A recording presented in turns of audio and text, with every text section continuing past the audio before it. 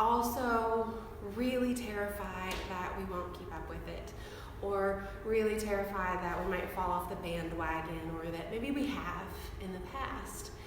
And so I just wanted to share a little something with you to let you know that falling off the bandwagon in any of our goals or endeavors of change is completely normal. And some of it is beyond the scope of this short little video, but I'll share with you a little story that kind of helps illustrate why it's so challenging to stay with changes when we decide to make them.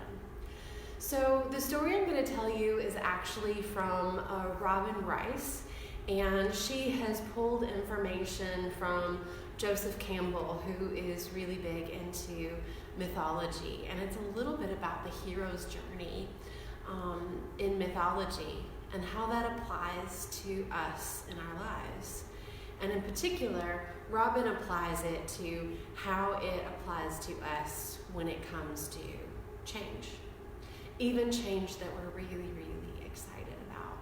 And this story hit home for me. I'm thinking that it might hit home for some of you as well. So essentially what happens when we decide in our lives to make a change is we become the hero of our own story. We're always the hero of our own story. But we become a hero who goes on a magic quest or magic journey, if you will. And so the first thing that heroes have to decide is this my quest? Is this my change to make? And you've already made that decision, that giving at least beginner's yoga a try is a change that you wanted to make in your life. And so you've said, I take up my sword, or I take up my bow, or I take up whatever, and I am going to start on this journey. And you had to come up against and be very courageous and very brave to come here on Wednesday night. We met Wednesday.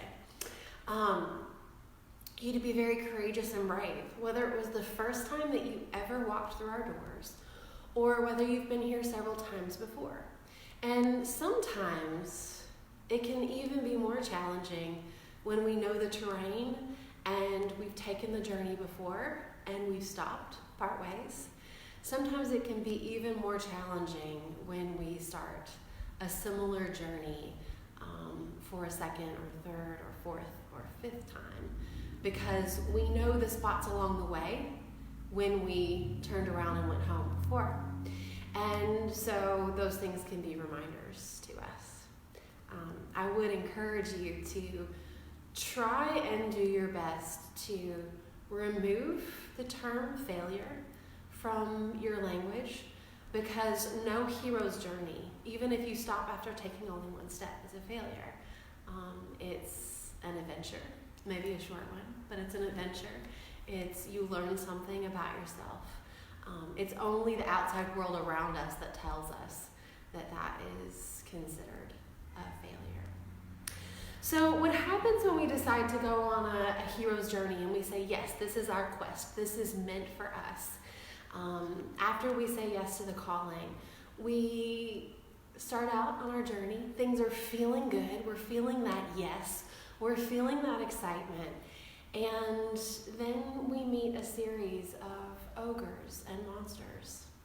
And you may have already met your first ogre and defeated it, or passed by it, if you will, to get here on Wednesday night. What happens is you come up to your first ogre and he says, you're going to get hurt, you're going to disappoint yourself, you're going to fail again, you don't belong on this journey, you're not welcome here. And that first small ogre can sometimes shy us off and turn us away. None of you shied away from this ogre in getting here on Wednesday. You stood up to it, whether you realized you did or not, and said, I have made this decision to go on this journey. This is my journey to go on, and I'm going. And it stepped aside and it let you pass. And so you continued on the journey, and what will happen from here are a couple of the things that I'm about to tell you about. From here, it's possible that you might forget that initial high of feeling good, of sleeping good, of being at peace, of being proud of yourself after class. And when that wears off, you might encounter a larger, or you will, I should say, encounter a much larger monster who will say, "Go away, you don't belong here," right? And oftentimes we have to have a deeper response and a deeper well of knowing that we do belong on this journey to say, "You know what? I do belong here. This is a part of the path that I have chosen. The path may be challenging." And the monster will start to tell you things like, you'll get hurt if you continue on this. And I know it may seem silly to think about getting hurt when you are on a quest to yoga. But it could be anything from you're taking time away from your family, or money away from what you could be spending elsewhere, or it's selfish to take time for yourself. All of those thoughts start moving through the monster's mouth to you, reminding you of all of the reasons that you should give up this journey and turn around and go back. But if we have strong enough faith in the decision that we made this dedication, this commitment to ourselves, we are going to go on this journey. We can also have this monster step aside and be vanished. And oftentimes on this part of the journey, we often have some angels, some loved ones, signs from the universe that also step in. A friend may say, "Hey, you're looking really good and things seem to be going well for you," and they encourage you on your yoga journey. Or you might begin to see more of the benefits of your yoga, and that also helps spur you on. And so it's a really beautiful kind of affirming process. These often show up to help you battle that second round of monsters or demons on the path. But then at some point, those messages from the universe, those nods from your friends and from your family, sometimes they begin to fade into the background. Now, I believe they're still there, but we stop seeing them for some reason. And the biggest monster of all, maybe even multiple monsters, maybe even multiple ogres, meet you on your path. And it looks like there is no way to make it through them.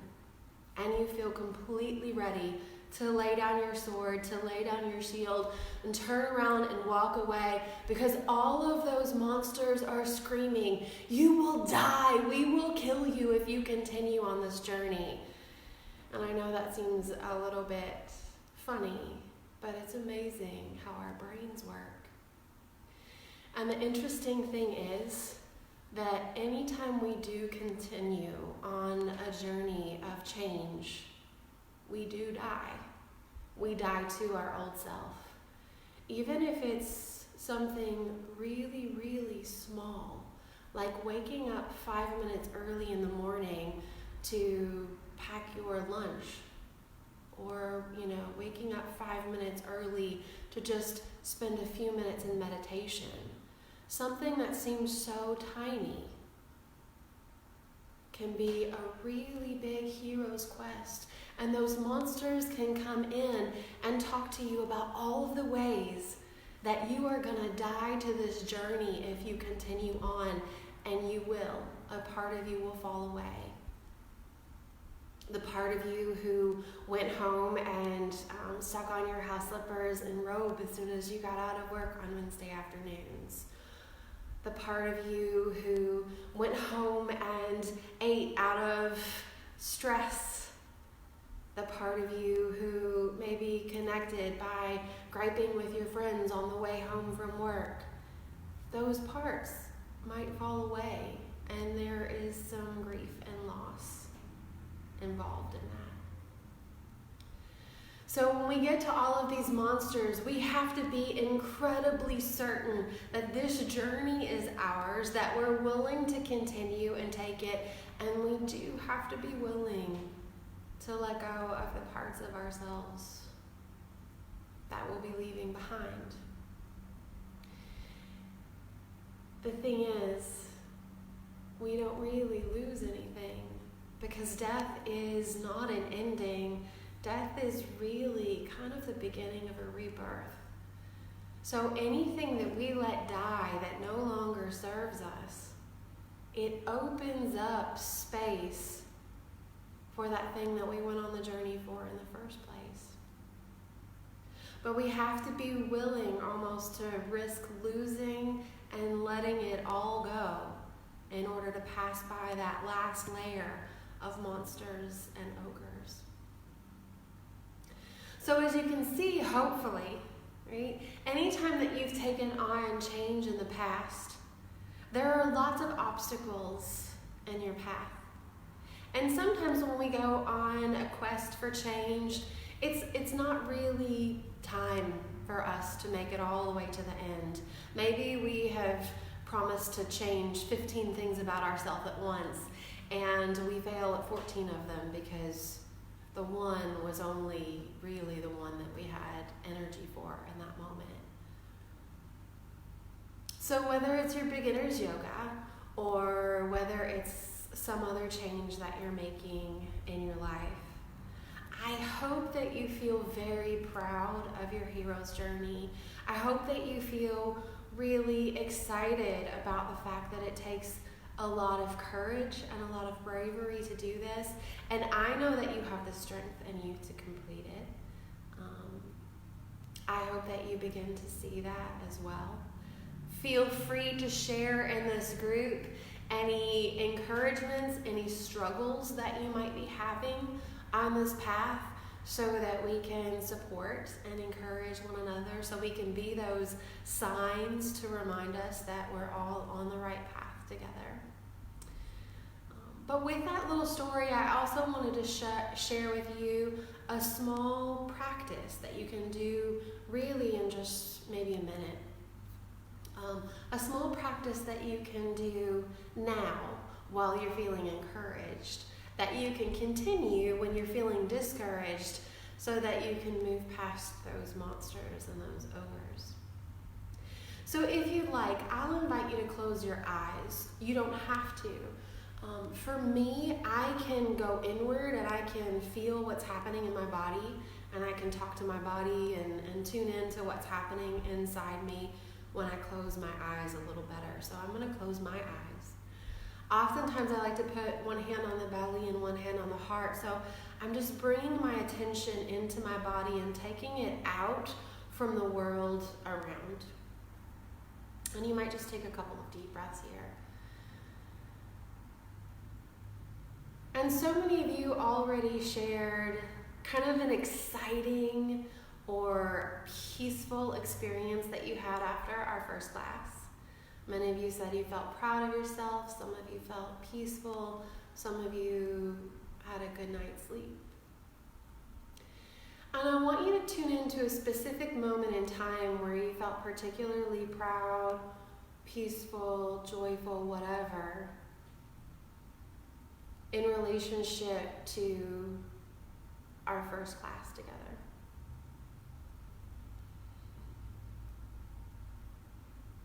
And just really breathe that feeling in. So, for example, if it was joy,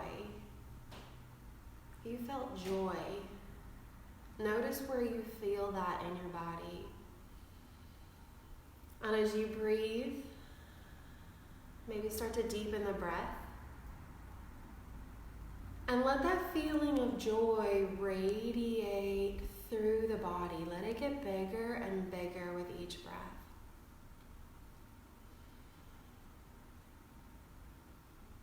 And so we're feeling the emotion from the past, which is a memory, which is really just a story. It's not reality right now. But we're feeling it in our body in the present moment.